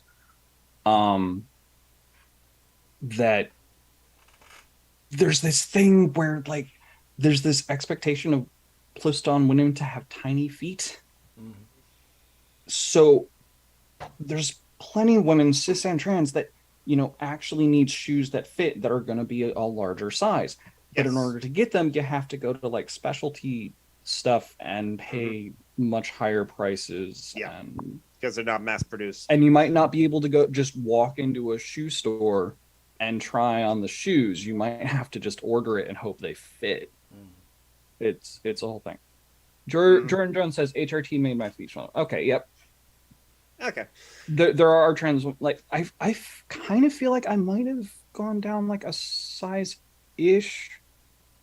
I will also say though, on the subject of like trying to figure out how to buy like different long socks and stuff. Socks Dreams is great because they label all their socks as both. If you wear men's shoe size, it goes by this. If you wear women's shoe size, it goes by this on each individual sock. I think Converse. They don't personally does gender the the same thing with socks. their They shoes. just show you because U.S. shoe sizes. Yeah, Well, the US it's been a while since I bought a new pair of Converse, but I think they do the same. Their shoes are all basically unisex, and they just say men's this, women's this. But we don't really have a unisex shoe sizing No. It should standard just be in the US. like Maybe we should. how long is your foot, how wide is your foot, and Okay, I'm loving Socks and Dreams already because like one of the first images in the carousel, I was just like, okay, nope, pride, trans pride. It's like that's agender. I know that pride flag. That's agender. It's kind of like I get that reference. I get the reference. I know it's fun. Somewhere. I mean, if the fact that like when I found like these kind of like masks and it had it's good one I'm not on and camera because I just went to the Converse site and their new shoes are fucking awful. And if you could see my face, you would see me vomiting. I mean, their shoes are famous for having minimal soles, and these are like an inch thick and extend beyond the shoe. It's like you're walking on a boat. you know, so we only do this show for about like 90 minutes. We've been going about like 85 minutes, and like Dark, I hope you've been enjoying your time here because like I actually want to like in the last 5 minutes we won't have a long deep conversation about it, but like Dark, what is anarchism or socialism and communism? What's your thoughts on those things, or what do you know about them? I Yeah, don't know that's much probably about the the last 5 minutes. anarchism. I don't know much about the anarchism thing, but I know a little bit about the communism and socialism stuff. Well, Do you know what communists say about communism, or do you know what TV and movies say about communism? Because there's a big difference. Not much of either, honestly. Okay. Fresh soil. Okay, so communism from each quarter of the building to each quarter of the knee. So is in a way that private we property. act, but in the way we act, we kind of all operate on a baseline communism. Manage two people at a workplace. You're working on two different projects, but one says, "Hey, can you hand me that wrench?" And it goes, "Sure, here you go." That right there was communism because that was the communist way to do that exchange. Because the capitalist way to do that exchange would be like, "Hey, can you hand me that wrench? Hey, hey, can you hand me that wrench? What's in it for me?" Or that'll be $5, sir. So there you go. There's like one little bits of it. It gets like a bit more complex when you try to spend to society, as it were. But like how I explain communism, as it were, that's pretty much communism right there. Is like from each according to the ability to each according to their need. And Star Trek is communism. well, yes, there's that too, where we all kind of already operate on a baseline sort of communism when amongst friends and amongst family members. Have you inside of a company is what people think communism is. But no. A family, a friend group is communist. Inside of a company is capitalism. Extremely I get that. hierarchical, everything controlled from the top, everything owned by someone. People controlling other people. Yes, boss worker. Can you disobey if you're just a worker? Can you disobey a boss's order? If democracy Without- is And so that's great, why I why don't- don't we have it in companies? And that's why I don't work for a company anymore. Nice. Yeah, unfortunately, you kind of have to like figure out how to like live and like pay rent as it were. So even if you someone that like works for themselves, like a YouTuber or a Twitch streamer, Are you you are full time Twitch, Dark? No, part time So, is that? because I didn't I get. work for because I do have a job, so that's why it's part time. Gotcha. Yeah, I don't make much money off of Twitch anyway. I'm lucky. It's probably going to take me like at least a month or two to get to next payout, and that's because I got like two people that sub to me and still sub to me, even though I stream only once a month, if that. If you would like a good start, a good intro to learning about just communist thought, I would recommend David Graeber. Because even though Yes. he's not really talking about communism, he was a communist. And Mhm. so his work has a communist thought to it. And that's how he Yes. approaches Yeah, things. he was an anarchist, and he always like puts it out there. So I great just it's just one book that's like nonfiction, but I think it's like great and it has a lot of insight, and very informative. I always recommend if you have to recommend one book. And this is something I can recommend to people, even if they're not interested in like the like political theory, but just interested in the topic. Debt, the first 5,000 years. And I'm Um, now sharing a link in the chat, the YouTube chat, to the Anarchist Library. It's Bullshit Jobs. Another great book of his. yeah, that So you one's can read also it a good online book. without having to buy it. Yes, exactly. I do know of a YouTube channel that has like these like books on audiobooks. But like the bullshit jobs one, I think the depth one is also just like there's a text to speech like kind of program reading the book. But like still, I found it like not that bad of or you could do worse with audiobooks, but not that bad of a way to like listen to like things as worse. So it's like that's another option too. And yeah, I'm just going to share this YouTube channel, Christy Myers audiobooks, into the live chat because my God, there's a lot of audiobooks in that like thing. Probably a lot of it's like text to speech. Maybe some of it is from like other sources. Um, communism is not necessarily a flat hierarchy. That's just the best communism is where. It's what we strive for. Yes. We may not be able to eliminate it just because maybe there is something about human nature that requires it, and maybe it is something where occasionally it's necessary. But I agree with Saint Andrewism, YouTuber, that it is something that we have to eliminate as much as humanly possible. Mm-hmm. Yeah. So like yeah, I have to like when people say like there's always going to be hierarchies. I kind of have to like challenge those people, or want to challenge them. People is like, why do they say that, or why is like hierarchies necessary? They just seem to default to and think that it's like it's a natural state of human beings that like everything is hierarchical. But like That's I not how we realized, existed in the past. and the other David Grayberg and David Ringo book, Dawn of Everything, covers that too. Anthropologists. Yeah, Tabby. I could give a perspective on just my approach to anarchism if Dark would like. Sure. Absolutely. So Jonathan and John Brockman are like much better read than I am when it comes to like anarchist, communist, socialist I've read philosophy a writings. chapter of an anarchist book. Okay, Jonathan is definitely much better read than I am, by a lot. Decently. My primary approach to I would identify as an anarchist is taking this idea of looking at the harms that hierarchy does and looking to the people who are harmed by those hierarchies to see what they are saying about what should be done differently to make a world they can actually live in without being oppressed. So, like, at least here on Social Justice Alchemy, like, Isaiah was just here. Isaiah can speak to being, a black autistic gentleman and the various ways different forms of oppression affect him. Joey, Indigenous Heretic in the chat, frequently on here talking about all kinds of ways colonialism, white supremacy, and various forms of just violence and genocide against Indigenous peoples affects them. Look to people like that and then just use that as an analysis of, okay, what is wrong with hierarchy? What is what is it about one human being having power over another using various justifications like, oh, hey, we're white and that makes us cool. And we don't like This people is who the aren't way white, things kind are of. done.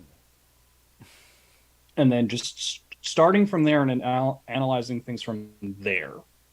And then I look to a lot of things like, well, what does indigenous resistance look like? One of the things I'm really interested in is you ever heard of police abolition? A little bit. Um, there's like whole bodies of work on analyzing how systems of policing are used as tools of violence against various marginalized groups. Going back decades, And then at least. those same people who write on that, Black people, Indigenous people, Latinx people, et cetera, et cetera, et cetera, also write on new ideas about, well, how do we build systems of public safety that help people instead of harming them? Um, Replacing cops with basically nurses and orderlies. mm, like somebody having, Or social a workers and conflict managers, that sort of thing. yeah, like somebody who's having basically a mental health crisis on the street doesn't need to see somebody with a gun. They need to see somebody to sit down and talk to them and listen to them. There's just a lot like that's just like what I would generally start as the starting point I go from. Okay, what is wrong with hierarchy?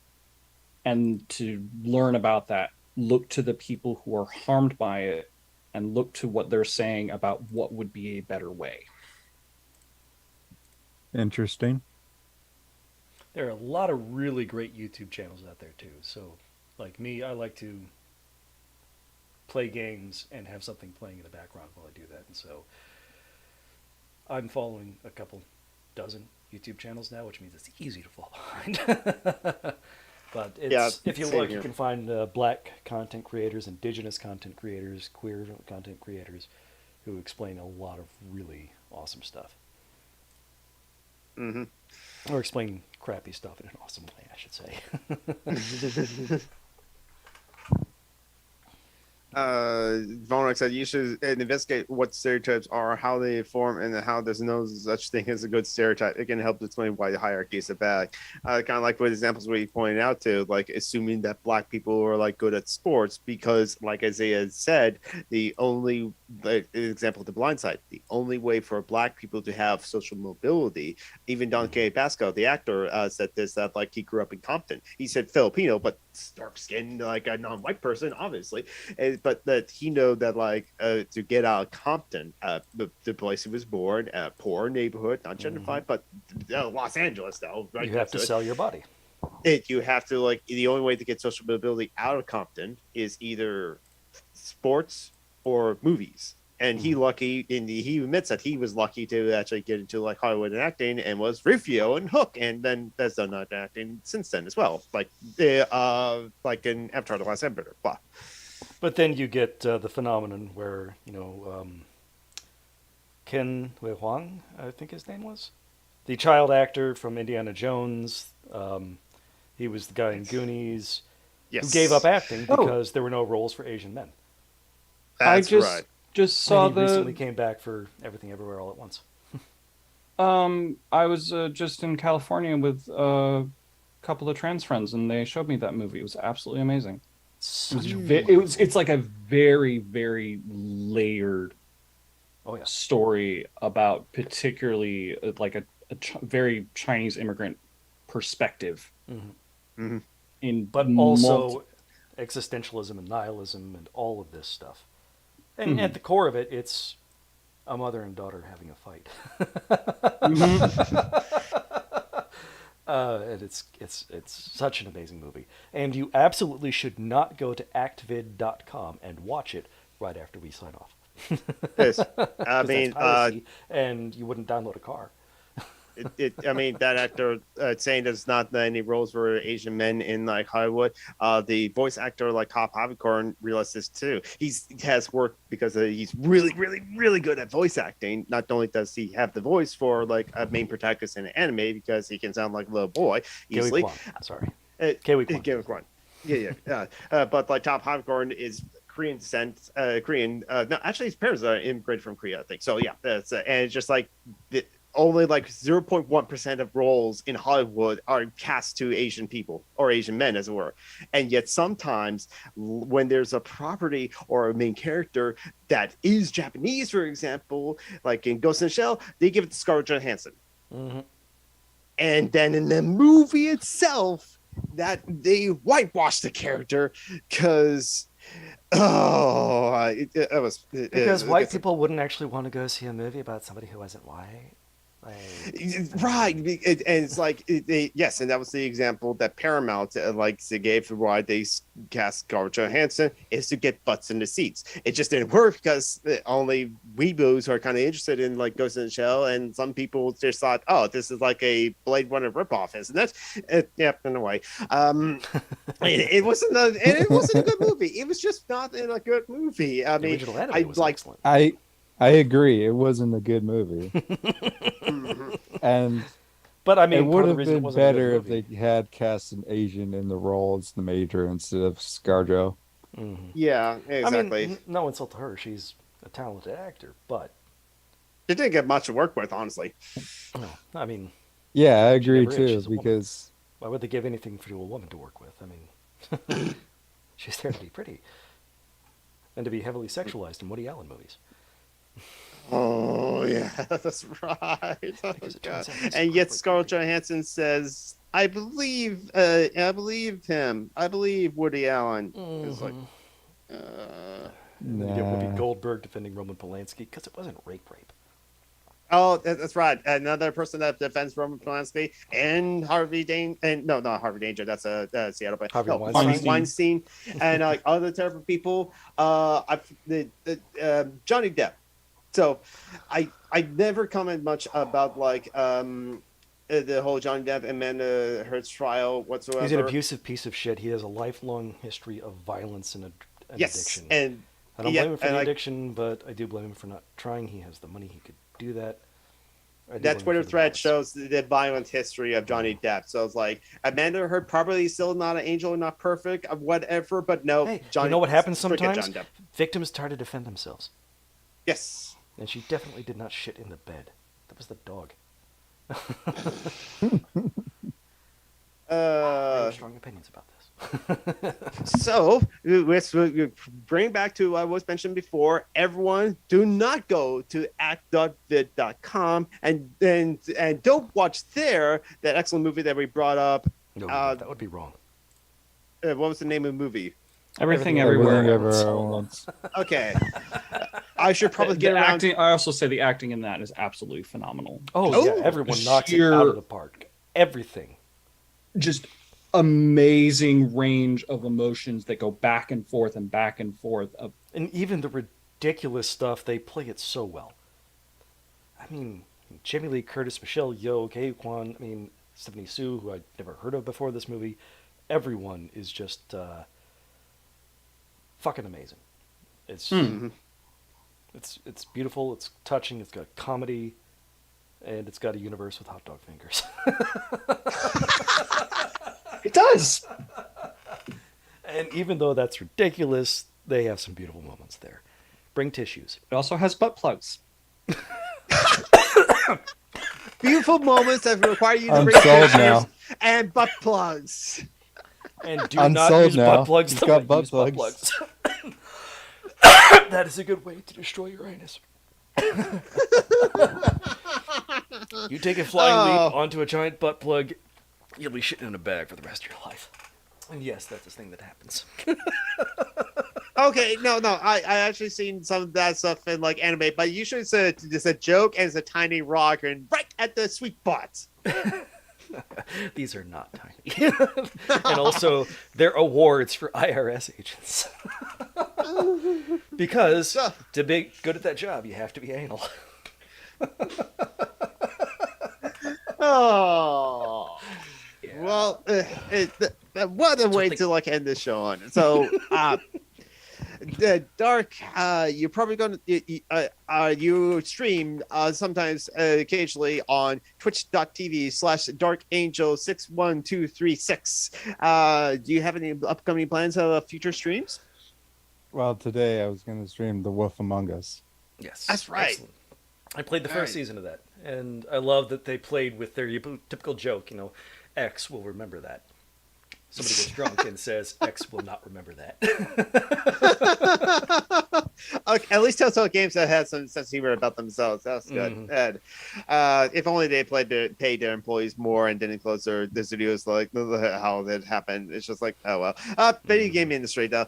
Tavi, let's just like again promote the links that Tavi put into the live chat as were Black Socialists .usa, Black Socialists in America. I think that's a fantastic resource. No, excellent resource. There's a bunch of like. Hands down, if you want to learn particularly about labor organizing from a Black perspective, they are one of the best places I can recommend. Also, they just have a giant resource section that's just full of books. Yes. And I want to recommend the YouTube channel Saint Andrewism, because he's from Trinidad and Tobago, I believe. Tobago. Yes. So he's from St. Andrews something. So Saint St. Andrewism. He's an excellent resource. Because being from outside the imperial core, as well as a Black and Indigenous voice. I think he changed his YouTube channel to just Andrewism as were, Okay. but I'm sure if you look up Saint Andrewism, you will find Andrewism. I'll place this YouTube link into the chat because it's just like youtube.com/c/Andrewism.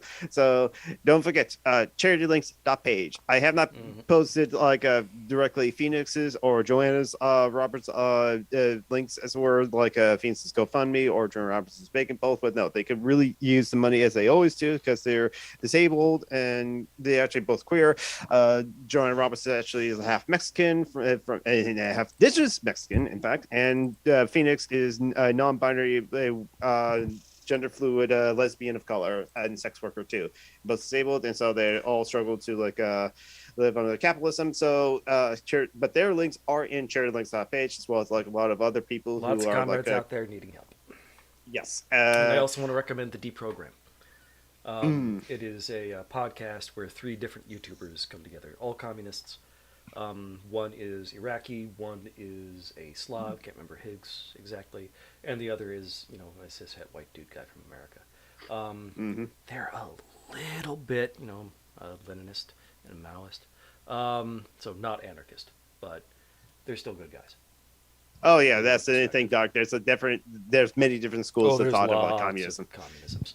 It's- It's like, a Jewish family, where are they going to go for lunch? 3 people, 5 opinions. There's when someone said there's 400 different the variations of leftists as were, and one of my friends said 400. I think that's a bit low. Even amongst anarchists, there's so many different anarchists out there. We have anarcho-communists, anarcho-syndicalists. There's anarchists without adjectives. Hi. Yes, it's unimportant what's at the end of their names. We're all anarchists. It's just we shouldn't bother labeling it. We don't need to label these things, but we're all comrades. And true, yeah, absolutely, I agree. All anarchists are anarchists. I just make the exception for anarcho-primitives because they're ableists and want to return to hunter-gatherer times. Are not anarchists. And narco-capitalists are not anarchists. No, just like no, They're feudalist fascists. They're fucking... Yes, exactly. They envision a world where, oh wait, if we just deregulate, everything, then we can be the where ones everything who... is awesome. Right? They believe that if if everything is deregulated, they will be and where everybody just constantly fights over everything. They believe that they will be the ones that end up on top. And they'll get to be the benevolent dictators. Yes. There's such a thing as benevolent dictators. They believe Ayn Rand was describing actual reality instead of a capitalist nightmare. Some people, I bet these people would look at BioShock and think I want to live in Rapture because I'll run that bitch. No, Then you're missing the point of won't. BioShock. Yes, yeah. That person is probably. I don't know if that person was telling it that's a joke, and I know their politics are a bit conservative and pro-capitalist, but like I don't. It's just like I don't know if they were serious Again, about it remember, or not. if you want to see the results of anarcho-capitalist libertarian bullshit in real life, read "A Libertarian Walks into a Bear." As an A actual literal, grizzly bear, actual not bear. like not like a big burly gay man. It took over a town in Vermont, and it got invaded by bears. Because they did took care of the garbage, and the bears came in for the garbage. And also, a But- woman was feeding them donuts to try and make them. Oh, go so, away, of because course, she but thought like, that would work for some reason. so Yes, give them food; they'll go away. No, No, they'll come back. No, for it. That's why you come don't. back more for food. That's because why everyone you knows don't. bears love honey glazed donuts. But that's why you don't feed ducks at the parks. They don't want the ducks to be coming to the shores and pooping all over the shores in those parks, as it were. And they don't want the ducks to get used to like hanging out with humans because it can cause additional. And problems also, as well. white bread is not going to be a nutritionally complete diet for anyone, let alone a duck. Yes, exactly. We're still like ending the show, and we're in the middle of pitches, Yes. and we're going off on a tangent as well. Yeah. But I'm Summer Geek on Twitter, Summer Geek on YouTube. Eventually, do something on my YouTube channel, Summer Geek on Twitch. I was hoping to stream today. I have the day off, but this is not working, and I have to hold my microphone. So it's just like. I don't know. Maybe I could do a So read you and have stream. stuff but on like, your walls. You could definitely dangle it from a string from your ceiling. Maybe like things. I want to get a different microphone. Ideas. I want to get a different microphone, not just like a dynamic like Guitar Hero microphone. I don't know how I sound honestly because I have to look. You sound sound okay. about how you usually do. It's just you seem to need to be able to hold it. Yeah. Okay, so True. maybe It's a little bit can make- more tinny, I guess. It goes more into the higher register rather than it doesn't have. As Well, much yeah, bass. because this is a dynamic microphone, while the Yeti was a condenser microphone. So, like most other dynamic microphones would actually you have to like plug into a condenser as well, and then plug that in a computer. This one is just like straight to the computer USB. And so, yeah. Anyway, figures it out. I do another podcast, Dungeons and Debacles, Yep. where we are saving the world from an evil red dragon cult. A lot of fun. We now have not an evil, but a dark dwarf from the Underdark. He's joined our party. Oh, And nice. we've recorded with him Nice. once in the last 7 weeks. Because we haven't been able to record. It's been a thing. And Tavi Tabby is not. streaming again? No? No, I've got a. That's a whole fucking discussion to not have here. Well, Yes. whenever you can. Uh, It would be nice. so yeah, I'm not plugging any of my own spaces right now because Jonathan knows all the reasons. So I just plug like I put in the chat. Black Socialists in America, great for like labor theory, black struggle. Indigenous Anarchist Federation, you get a lot about indigenous resistance. And then also Disability Visibility Project. They do have like very diverse writers. Not, I don't know why. Yeah, I don't think I should feel like I need to specify not just white people, but it's the Well, horrible thing of the internet is like that. It is something that has to be specified because this is America. Yeah. So they include the intersection of disability and race and gender and all of that. Big resource from very diverse disabled perspectives on the struggles that disabled people face. Like, I mean, I know I don't look Being right now, fat but- isn't a disability. You don't need a wheelchair just because you're fat. God. Yeah. We suck. Yes, white people suck. Yes. All right. Able people suck, and cis people suck, and straight people suck, men suck. The neurotypical people suck. Well, I don't think any of us can say that, but yeah. I don't know if they suck. I just don't understand them. Yeah, that's a good point. No, they suck. They treat us like garbage a lot of the time. All right, and on that note, that's a great note to end on, everybody. This is a positive thing. Everybody, hands in the middle. Okay, we'll go ahead and end the stream. Bye-bye, everybody. Bye bye. Look at the cat butt. Look at the cat. Cat. Is cat or is loaf? Is loaf cat?